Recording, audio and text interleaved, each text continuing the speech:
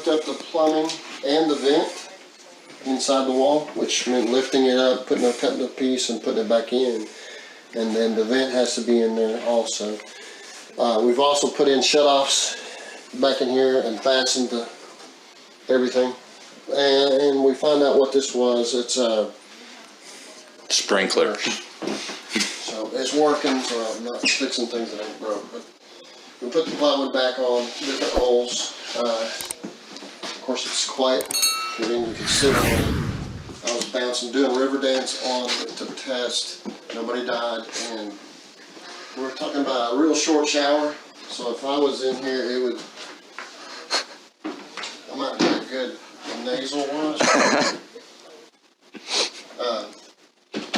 But for her, I mean, she could probably turn the neck up and then put the head up here and might still work. But particularly, she can hook it up and then wash the tub out. We're going to put an inexpensive tub surround, which obviously we'll have to cut off or it'll be flopping up here.